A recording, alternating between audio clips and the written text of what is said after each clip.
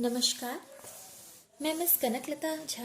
बच्चों, आज मैं आप लोगों के लिए एक बहुत सुंदर और मज़ेदार कविता लेकर उपस्थित हुई हूँ। कविता का शीर्षक है इब्न बतूता। इब्न बतूता जी तेज तूफान में बाहर निकल गए और फिर पता नहीं उन्हें क्या हुआ, उनके साथ क्या क्या घटना हुई इस तेज तूफान में, ये हम कविता पढ़ेंगे और जानेंगे कि आखिर इब्न बतूता जी का हुआ क्या। इब्न बतूता पहन के जूता निकल पड़े तूफान में, थोड़ी हवा नाक में घुस गई, थोड़ी घुस गई कान में।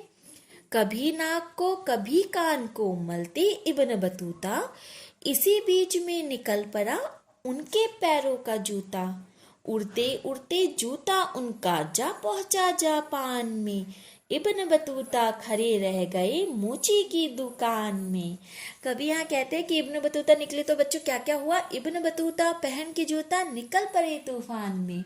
तूफान में बेचारे ने जूता पहना और निकल पड़े तूफान में। अब हुआ क्या? तूफान में तो हवा बहुत तेज चलती है बच्चों, आपको पता है। और जब हवा तेज चल रही थी तो थोड़ी हवा उनके नाक में घुस गई, थोड़ी हवा उनके कान में घुस गई। कभी नाक को कभी कान को मलते इब्न बतूता, कभी वो अपने कान को मल रहा है, कभी वो अपने नाक को मल रहे हैं, परेशान हो गए हैं वो। इसी बीच में निकल पड़ा उनके पैरों का जूता। और ये नाक और कान को मलते मलते बच्चों अचानक से उनके पैर का जूता निकल गया। उड़ते उड़ते जूता उनका जा पहुंचा जापान में। और जूता उड़ते उड़ते कहाँ चला गया? जापान पहुंच गया बच्चों। बेचारा जूता निकलकर उड़ गया हवा में, तूफानों में उड़ गया और उड़ के पहुंच गया जापान। इब्न बतूता खड़े रह गए मोची की दुकान में। और बेचारा इब्न बतूता कहाँ खड़ा रह गया? मोची की दुकान में। उसके पास और कोई उपाय ही नहीं रह गया। तो कैसी लगी बच्चों कविता? बहुत सुंदर लगी ना? ये पूरी कविता आपको याद करनी है, ये बहुत सुंदर कविता है। आइए एक बार और पढ़ते हैं ये कविता। इब्न बतूता पहन के जूता निकल पड़े तूफान में, थोड़ी हवा नाक में घुस गई, थोड़ी घुस गई कान में।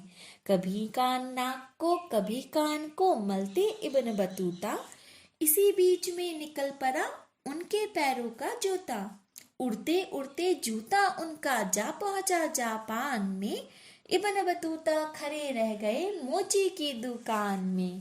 बच्चों, आइए अब हम इसका शब्द अर्थ पढ़ते हैं।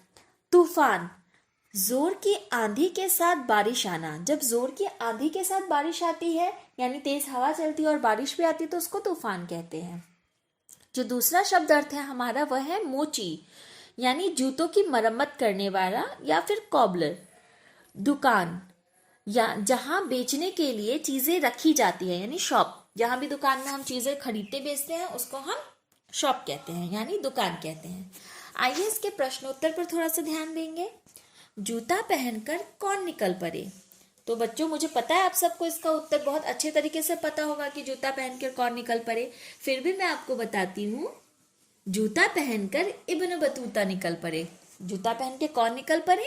जूता पहनकर इब्न बतूता निकल पड़े। जूता उड़ते उड़ते कहाँ जा पहुंचा?